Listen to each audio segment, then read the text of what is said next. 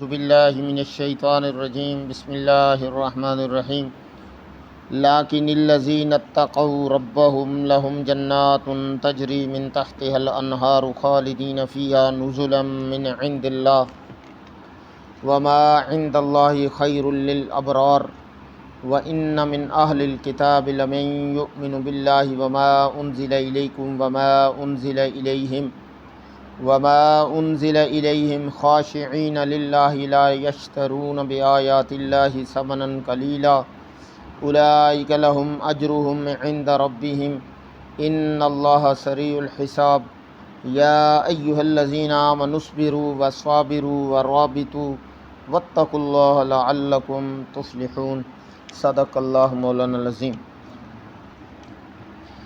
لیکن الذین اتقوا ربہم، لیکن وہ لوگ جو اپنے رب سے ڈر جائیں، لہم جنات تجری من تحتها الانہار خالدین فیہا، تو ان کے لیے باغات ہوں گے جن کے نیچے نہریں بہہ رہی ہوں گی، خالدین فیہا، اس میں ہمیشہ ہمیشہ رہنا ہوگا، نزلا من عند اللہ، یہ اللہ سے ان کی مہمان نوازی ہوگی، وما عند اللہ خیر للابرار، اور نیک بندوں کے لیے اللہ کے ہاں اس کے علاوہ بھی بہت بہتر بدلے ہوں گے۔ وَإِنَّ مِنْ أَهْلِ الْكِتَابِ، اور بے شک اہل کتاب میں سے کچھ ایسے بھی ہیں، لَمَن يُؤْمِنُ بِاللَّهِ، جو اللہ کے ساتھ ایمان رکھتے ہیں، وما انزل الیکم، اور جو کچھ آپ صلی اللہ علیہ وسلم کی طرف اتارا گیا، وما انزل الیہم، اور جو کچھ ان کی طرف اتارا گیا تھا، خاشعین للہ لا یشترون بآیات اللہ ثمنا قلیلا، اس طور پر کہ وہ اللہ سے ہر وقت ڈرتے رہتے ہیں، لا یشترون بآیات اللہ ثمنا قلیلا، وہ اللہ کی آیات کو بیچ کر آخرت کے بدلے میں دنیا کا کوئی معاوضہ نہیں لیتے، چاہے وہ جتنا بھی زیادہ ہو وہ تھوڑے ہی ہے۔ اولئک لہم اجرہم، ایسے لوگوں کا بدلہ ان کے رب کے ہاں ہے، ان اللہ سریع الحساب، بے شک اللہ تعالیٰ بہت جلدی حساب کرنے والے ہیں۔ یا ایھا الذین آمنوا، اے ایمان والو، اصبروا، کفر کے مقابلے میں صبر کیے رکھو، یا اپنے آپ کو دین کی جتنی بھی تکلیفیں اور پریشانیاں آئیں اس پہ صبر کیے رکھیں، وصابروا، اور کفار سے مقابلہ آ جائے تو پھر ثابت قدم رہیں، ورابطوا، اور مقابلے کے لیے ہر وقت تیار رہیں، واتقوا اللہ، اور اللہ سے ڈرتے رہیں، لعلکم تفلحون، تاکہ تم مکمل طور پہ کامیاب ہو جائیں۔ ان آیات کے اندر رب تعالیٰ نے مومنوں کو دوبارہ تسلی دی کہ آپ کفار کی ظاہری ترقی دیکھ کر، ان کے پاس دنیا اور مال و دولت دیکھ کر کسی غلط فہمی میں مبتلا نہ ہوں، اور اپنے اوپر پے در پہ آنے والی مصیبتیں، تکلیفیں، پریشانیاں، کبھی یہ مسئلہ، کبھی وہ مسئلہ، کبھی کہیں سے فتویٰ آ گیا، کبھی جیل آ گئی، کبھی کیس بن گیا، کبھی کسی نے کوئی اعتراض کر دیا، تو ان باتوں سے اپنے دل کو چھوٹا نہ کرے۔ لیکن الذین اتقوا ربہم، بہرحال جو بندے اپنے رب سے ہر معاملے میں ڈرتے رہیں گے، اللہ اور اس کے رسول کے معاملے میں کسی بھی چیز کو خاطر میں نہیں لایا، نہ مال نہ دولت نہ اقتدار نہ کسی کا خوف نہ کسی کی فوج سے ڈر، بلکہ صرف اور صرف اپنے رب سے ڈرتے رہے۔ کوئی معاملہ کرنے سے بھی پہلے اللہ اور اس کے رسول کی تعلیمات کو دیکھا۔ لہم جنات تجری من تحتہا الانہار خالدین فیہا، تو ایسے لوگوں کے لیے رب تعالیٰ کی طرف سے جنت کی صورت میں انعام ہوگا۔ نزلا من عند اللہ، یہ اللہ کی طرف سے ان کی مہمان نوازی ہے۔ رب العالمین نے سورہ کہف کے آخر میں بھی ارشاد فرمایا کہ کفار کے لیے کون سی مہمان نوازی ہوگی اور جو ایماندار ہیں ان کے لیے کون سی مہمان نوازی ہوگی۔ تو افحسب الذین کفروا ان یتخذوا عبادی من دونی اولیاء، جنہوں نے رب کو چھوڑ کے اوروں کو اپنا حاجت روا اور مشکل کشا سمجھ لیا، اللہ کی عبادت چھوڑ رہی، اور وہ یہ سمجھتے ہیں یحسبون انہم یحسنون صنعا، کہ یہ جو کر رہے ہیں یہ اچھا کر رہے ہیں۔ یہ عشق رسول کا تقاضا ہے، یہ اہل بیت کی محبت کا تقاضا ہے، اور وہ اسے سمجھتے ہیں کہ ہم اچھا کر رہے ہیں۔ اسی لیے مشرک کو کبھی شرک سے اور بدعتی کو کبھی بدعت سے توبہ کی توفیق نہیں ہوتی۔ کیوں کہ جو بندہ کسی عمل کو نیکی سمجھ کے کرے وہ کبھی اس کو چھوڑتا نہیں۔ تو کہتے ہیں نا طلاق غصے میں طلاق دے دی، پہلے طلاق دیتے ہیں اور بعد میں پھر مسئلہ پوچھتے ہیں اور کہتے کیا ہیں کہ اس وقت میں بڑے غصے میں تھا اور سمجھ نہیں آئی۔ کبھی طلاق ایسے بھی ہوتی ہے کہ 20 سال بیوی والدین کی خدمت کرے، 30 سال خدمت کرے، اور آخر میں بندہ اسے آخری عمر میں کہے کہ تو نے بڑی اچھی خدمت کی ہے میری اور میرے والدین کی، میرے بچوں کی، لہٰذا میری طرف سے تجھے 3 طلاقیں۔ کبھی محبت میں طلاق نہیں دی جاتی، اور شرک کبھی بندہ کسی کے غصے اور غضب میں آ کے نہیں کرتا۔ شرک ہمیشہ بندہ محبت میں، جب اللہ کی محبت میں داخل ہو جائے، بندوں کی محبت کو اللہ کی محبت میں داخل کر دے تو اس وقت بندہ شرک کرتا ہے۔ وہ عشق میں، وہ رسول کا عشق ہو، وہ اولیاء اللہ کا ہو، وہ شہداء کا ہو، وہ اللہ کے نیک بندوں کا ہو، جب اس میں حد سے گزرتا ہے تو پھر انہیں خدا سمجھ لیتا ہے۔ تو اللہ کہتے ہیں افحسب الذین کفروا ان یتخذوا عبادی من دونی، کافر لوگوں نے یہ گمان کیا کہ ہم اللہ کے نیک بندوں کی عبادت کریں گے تو ہم اللہ کو راضی کر لیں گے، حالانکہ یہ ان کی خام خیالی ہے۔ عبادت رب کی کریں گے، یہ خاصا رب کا ہے، رب کی عبادت کریں تو تب اللہ راضی ہوگا۔ اور عبادت میں شرک آ جائے تو اللہ اس کی عبادت قبول نہیں کرتا۔ جس طرح اللہ نے مثال دی کہ دودھ کے اندر ایک قطرہ پیشاب کا یا ایک قطرہ خون کا آ جائے تو جو بندہ نفیس طبع کا مالک ہے، جس کے اندر ایمان ہے، وہ 4 یا 5 کلو دودھ استعمال کرنا اپنے لیے گناہ سمجھتا ہے۔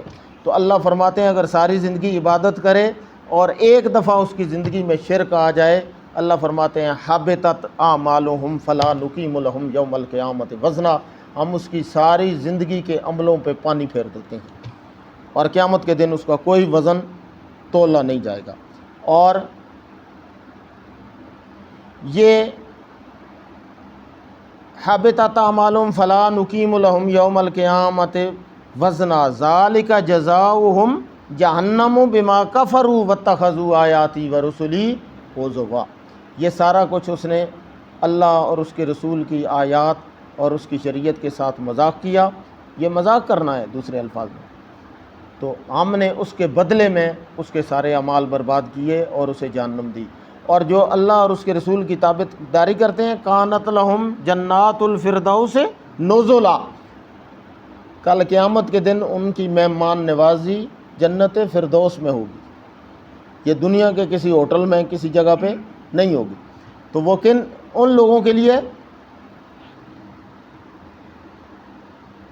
فمن کان یرجو لقاء ربہ فلیعمل عملا صالحا ولا یشرک بعبادت ربہ احدا۔ کہ جس نے سنت کے مطابق عمل کیا اور اس کی زندگی میں کبھی شرک نہ آئے۔ یہ گھروں میں جا کے دیکھنا، سورہ کاف آخری رکوع کا ترجمہ دیکھیں، کسی کا دیکھیں،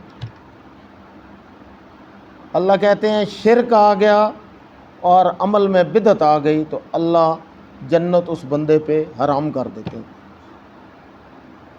اور اگر کامیاب ملاقات چاہتا ہے تو یہ دو کام کرے، ایک اس کا عمل کبھی بھی سنت کے خلاف نہ ہو اور اس کے عقیدے میں کبھی شرک نہ ہو۔ تو رب تعالیٰ فرما رہے ہیں نزلم من عند اللہ، یہ اللہ کی طرف سے مہمان نوازی ہوگی، وما عند اللہ خیر للابرار، اور اللہ اپنے نیک بندوں کو اس سے بھی اچھا بدلہ دے گا۔ وہ کیا ہوگا وہ رب تعالیٰ جانتے ہیں، وہ جب دیں گے تو پتہ چلے گا۔ اچھا، پھر اہل کتاب جو تھے، جو اچھے اہل کتاب ہیں جن کے پاس تورات، زبور، انجیل تھی، انہیں دوبارہ دعوت فکر دی گئی کہ آپ کے کچھ ساتھیوں نے، مولویوں نے قرآن کو، شریعت کو، پیغمبر کی نبوت کو مان لیا ہے، تو آپ کو دعوت فکر ہے، آپ کی کتابوں میں موجود ہے پیغمبر علیہ الصلوۃ والسلام کی نشانیاں، لہٰذا آپ بھی مان لیں۔ وَإِنَّ مِنْ أَهْلِ الْكِتَابِ لَمَن يُؤْمِنُ بِاللَّهِ، اہل کتاب میں سے سارے برے نہیں ہیں، اچھے لوگ بھی ہیں۔ لَمَن يُؤْمِنُ بِاللَّهِ وَمَا أُنزِلَ إِلَيْكُمْ، کہ جو اللہ پر بھی ایمان رکھتے ہیں، اللہ کو وحدہ لا شریک مانتے ہیں، انہوں نے حضرت عزیر اور حضرت عیسیٰ کی عبادت نہیں کی بلکہ خارج اللہ کی عبادت کی۔ وما انزل الیکم، اور جو کچھ پیغمبر علیہ الصلوۃ والسلام کی طرف نازل کیا گیا اس کو بھی مان لیا۔ وما انزل الیہم، اور جو ان کی طرف آیا تھا تورات کی آیات ان کو بھی مانا۔ خاشعین للہ، اور وہ رب سے ڈرنے والے ہیں۔ لا یشترون بآیات اللہ ثمنا قلیلا، انہوں نے اپنے اس دنیاوی چند روزہ اقتدار کے لیے، اپنے اس مسلح اور مسجد کو بچانے کے لیے انہوں نے اللہ کی آیات کو بیچا نہیں، مسئلے بیچے نہیں، اپنی عوام کو اور جو ان کے پیر تھے، راہبان تھے، انہوں نے اپنے جو ان کے مرید تھے انہیں غلط مسئلہ نہیں بتلایا، اپنے نذرانے اور چندے تاکہ بند نہ ہو جائیں، اس لیے وہ غلط مسئلہ بتلاتے تھے۔ اس لیے رب تعالیٰ نے یہودیوں اور عیسائیوں کی دو صفتیں بیان کی، سماعون للکذب اکالون للسخط، جھوٹ سنانے والے اور حرام کھانے والے۔ مسئلہ جھوٹا بتلانا ہے، صحیح نہیں بتلانا۔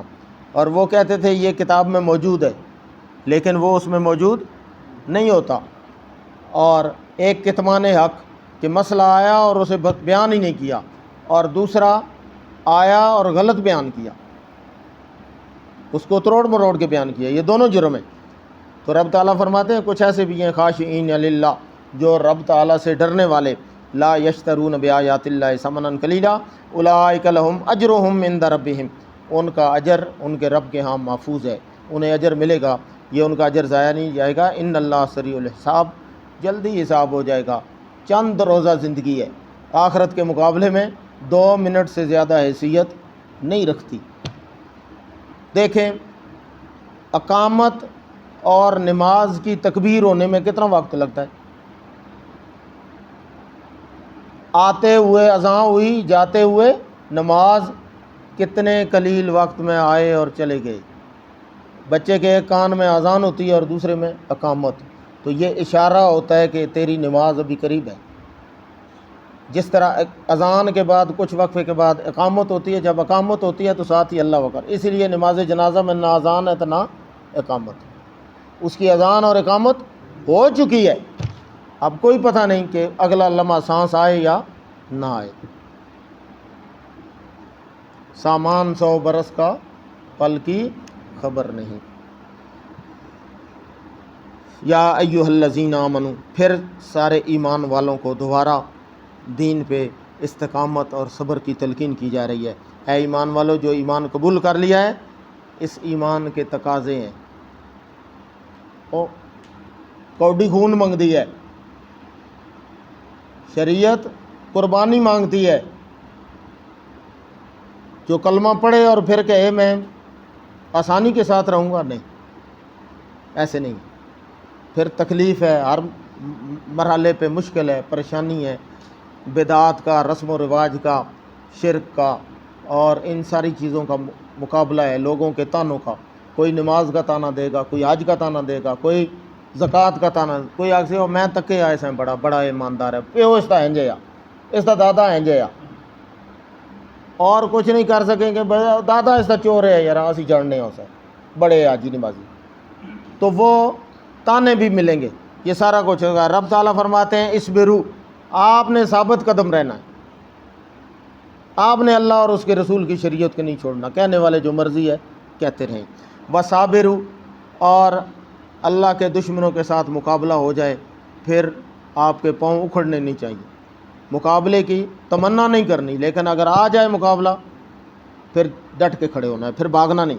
ورابطوا, اور وہ پانگ پی کے سونا بھی نہیں, ان کے لیے تیاری بھی رکھنی ہے. ورابطوا کیا ہے, وَأَعِدُّوا لَهُم مَّا اسْتَطَعْتُم مِّن قُوَّةٍ وَمِن رِّبَاطِ الْخَيْلِ تُرْهِبُونَ بِهِ عَدُوَّ اللَّهِ وَعَدُوَّكُمْ. اللہ کہہ رہے ہیں کہ دشمن کے مقابلے میں آپ نے اپنی طاقت کے مطابق اسلحہ اکٹھا کرنا ہے, طاقت اکٹھی کرنی ہے, افرادی قوت بھی اکٹھی کرنی ہے, ان کے مقابلے کے لیے اسلحہ بھی اکٹھا کرنا ہے. یہ آیتیں تو ہم نے اپنی فوج کی دیواروں پہ لکھ دیں لیکن کیا کچھ بھی نہیں, بڑی موٹی کر کے لکھی ہیں. وَأَعِدُّوا لَهُم, اور شاید ہمیں معنی بھی نہیں اس کا پتہ. وَأَعِدُّوا لَهُم مَّا اسْتَطَعْتُم مِّن قُوَّةٍ وَمِن رِّبَاطِ الْخَيْلِ, اور گھوڑے پال کے انہیں سدھار کے صحیح کر کے رکھنے ہر وقت, اپنی تلوار, اپنا نیزہ. نبی پاک صلی اللہ علیہ وسلم جب دنیا سے تشریف لے گئے, آپ کے گھر میں کوئی نہ درہم تھا, نہ دینار تھا, نہ سونا تھا, نہ چاندی تھی, یا تلواریں تھیں, یا نیزے تھے, یا تیر تھے, یا زرہ تھی, یا ایک یا دو گھوڑے تھے, اس کے علاوہ کوئی چیز نہیں تھی. واتقوا اللہ, لیکن ہر معاملے میں دشمن کے ساتھ جنگ بھی آ جائے تو اللہ اور اس کے رسول کے حکم کو چھوڑنا نہیں ہے. لعلکم تفلحون, اگر کامیاب ہونا چاہتے ہو تو یہ سارے کام کرنا پڑیں گے, اور جو نہیں کرے گا وہ کبھی بھی کامیاب نہیں ہوگا. وآخر دعوانا ان الحمد للہ رب العالمین.